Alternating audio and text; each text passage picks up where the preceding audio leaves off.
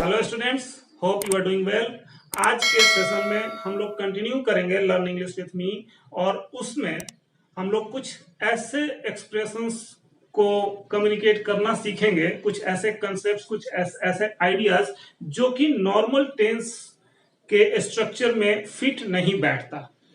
जैसे आप कुछ इमेजिन करते हैं, you know for your self that imagination is never going to turn into reality, and sometimes you assume something that the situation might have improved or worsened, और उन सारी चीजों को आप कैसे एक्सप्रेस करेंगे, ये सब कुछ नॉर्मल टेंस से थोड़ा अलग हो जाता है। तो उसके लिए वर्ब का फॉर्म क्या होना चाहिए, कौन सा मॉडल यूज करना चाहिए, इन सारी चीजों को हम लोग थोड़ा पढ़ेंगे और उसका एप्लीकेशन कैसे करें तो वहां पे हम सीखेंगे। अब सबसे पहले इमेजिनेशन की बात कर लेते हैं। इमेजिनेशन में आप कई बार सिर्फ आपका एक विश होता है कि ऐसा हो जाता, तो आई विश का एग्जैक्ट हिंदी पार्लर जो होता है वो हम लोग काश के रूप में लेते हैं। काश ऐसा हो जाता, तो काश आई वर अ किंग, काश मैं राजा होता। तो यहाँ पे इस स्ट्रक्चर को हम सब्जंक्टिव बोलते हैं। जो वर्ब फॉर्म है यहाँ पे, इसको हम सब्जंक्टिव बोलते हैं, और इसका आज के डेट में यूज धीरे धीरे रिस्ट्रिक्ट होते जा रहा है, कुछ सेंसेस में कन्फाइन हो गया है। पहले ये बहुत ज्यादा ब्रॉड वे में यूज होता था, बहुत फ्रीक्वेंटली यूज होता था। अब के टाइम में कुछ लिमिटेड केसेस में ही यूज होता है। तो जैसे सब्जंक्टिव, यहाँ पे आपको इमेजिनेशन अपना शो करना है, आपका विश बताना है कि आप क्या, आपकी इच्छा है, जो कि इट में नेवर टर्न इनटू रियलिटी। जैसे इसको ऐसे अगर लिखें कि I wish I were a bird, तो आप देख सकते हैं ये कभी पूरा नहीं होगा। काश में पक्षी होता, काश में चिड़िया होता। तो ऐसे विशेष को जो ऑलमोस्ट इम्पॉसिबल हो, एक अनरियल सिचुएशन प्रेजेंट करता हो, एक ऐसा थॉट जो कि रियलिटी से बहुत डिस्टेंट हो, बहुत दूर हो, तो उसके लिए सब्जेक्ट प्लस वर्ब और प्लस फिर जो भी कॉम्प्लीमेंट है आपका नाउन, वो आ जाएगा। I wish I were you, मैं तुम्हारी जगह होता या मैं तुम होता तो मैं ये कर लेता, वो कर लेता। तो इस तरह से यूज किया जाता है। अब यहाँ पे आई विश केवल काश, मैं अपनी कल्पना की बात कर रहा हूं, तब ऐसे एक्सप्रेस करेंगे। इसी से रिलेटेड एक कंसेप्ट है कंडीशनल का, उसमें भी इस तरह के स्ट्रक्चर्स आ जाते हैं। तो टेंस के कंटिन्यूटी में ही कंडीशनल भी पढ़ लेना चाहिए, और वो काफी हेल्पफुल हो जाता है कई बार अपनी चीजों को एग्जैक्टली कम्युनिकेट करने के लिए। तो कंडीशनल जब भी हम पढ़ते हैं तो वो कंडीशन का मतलब हिंदी में शर्त होता है। इसको हम नॉर्मली 3 पार्ट में बांट सकते हैं, फर्स्ट, सेकंड, थर्ड। फर्स्ट जो कंडीशन होगा वो रियल कंडीशन होगा और उसका रिजल्ट भी होगा रियल। सेकंड जो होगा वो कंडीशन हाइपोथेटिकल होगा, मींस ऑलमोस्ट इमेजिनरी होगा। उसमें जरूरी नहीं है कि वो हो जाए, you don't know for sure whether it is going to be taking place और नॉट। और थर्ड जो होगा वो अनरियल होगा, उसमें अब कुछ नहीं किया जा सकता, वो चेंज हो चुका है। एज ए स्टूडेंट आप 3 सिचुएशन इमेजिन कर सकते हैं। फर्स्ट सिचुएशन में कोई स्टूडेंट मेरे पास आता है और बोलता है कि सर मैं पास हो जाऊंगा परीक्षा अच्छे नंबर से, am I going to get good marks in exam. तो यहां पे मैं ये बोलूंगा कि if you work hard you will get good marks. Obvious है, गुड मार्क्स। तो इसमें आप ध्यान रखिए स्ट्रक्चर को, कि जो कंडीशनल क्लॉज है इफ कंडीशन प्रेजेंट करता है, इसके तुरंत बाद वाला जो क्लॉज है मींस जो सबऑर्डिनेट क्लॉज है that should be in present in the first conditional, और जो मेन क्लॉज है that should be in simple future. अगर तुम मेहनत करोगे, कठोर मेहनत करोगे, तो तुम अच्छे मार्क्स पाओगे, अच्छे नंबर पाओगे। यहां पे इसमें आपको कहीं से भी ये नहीं है कि अगर मेहनत करेगा तो नहीं पाएगा, ये सर्टेनिटी है, कंडीशन है, मेहनत करना भी संभव है अभी, और यहां पे नंबर आना भी संभव है। मतलब you have enough time to work hard and get good marks. Exam में अभी टाइम है, आपके पास समय है कि आप मेहनत करिए, नंबर पा लीजिए। तो वैसे सिचुएशन में ये फर्स्ट कंडीशनल एप्लीकेबल होगा, वैसे सिचुएशन में आप वैसा करेंगे।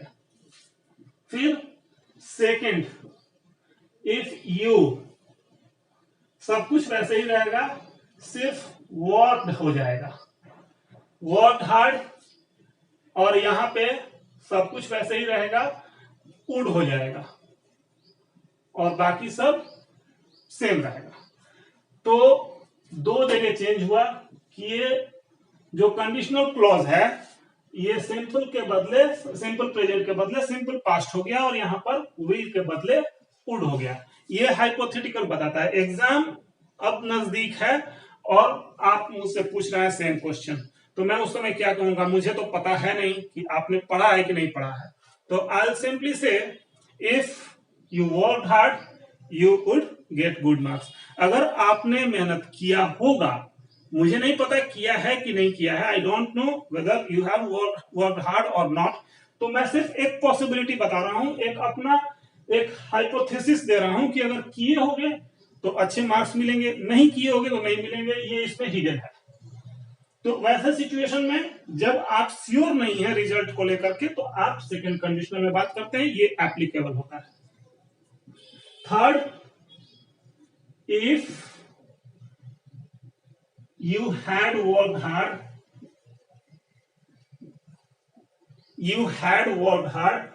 पास्ट परफेक्ट हो जाएगा थर्ड कंडीशनल में, और यहां पे would have हो जाएगा।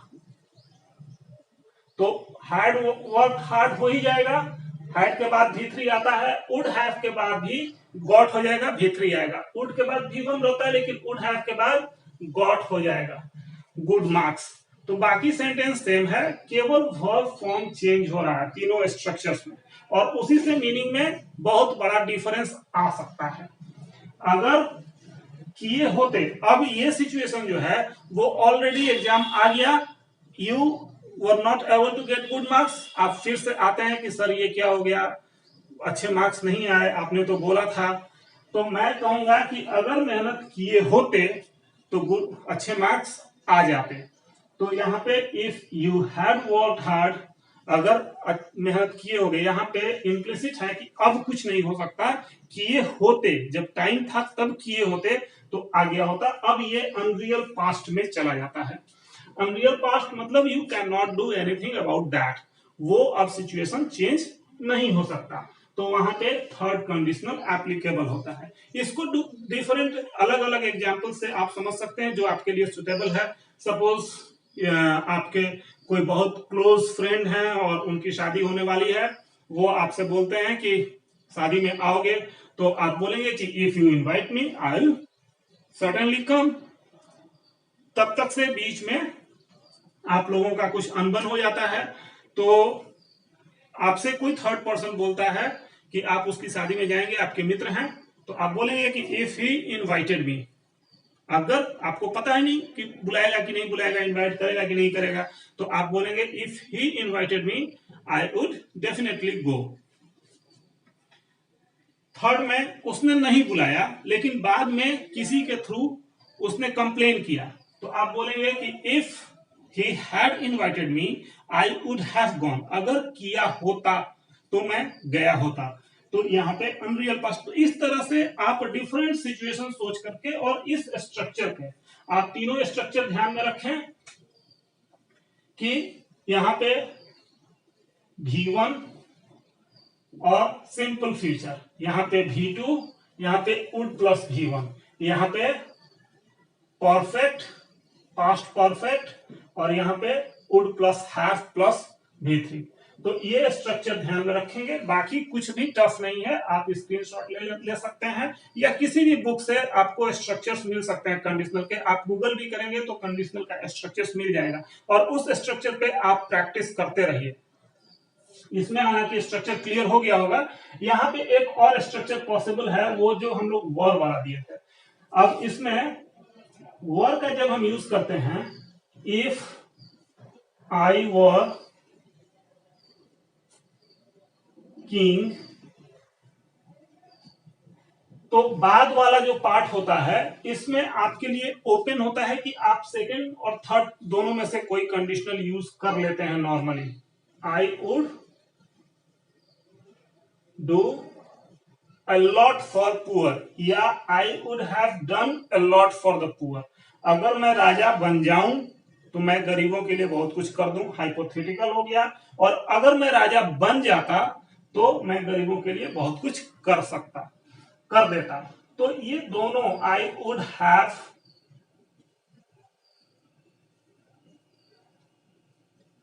done इस तरह से भी यूज कर सकते हैं।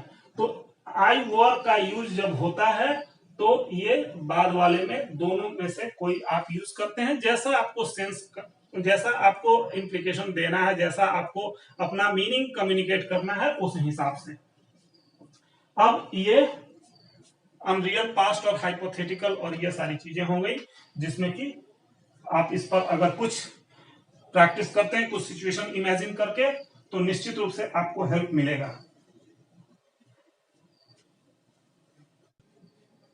एक नया सिचुएशन इमेजिन करिए कि कोई आपका फ्रेंड है, आपसे पूछ रहा है कि आप लोगों का एक तीसरा फ्रेंड जो हॉस्पिटलाइज था, बीमार था या उसका एक्सीडेंट हुआ था, उसके बारे में पूछा कि क्या हालचाल है उसकी।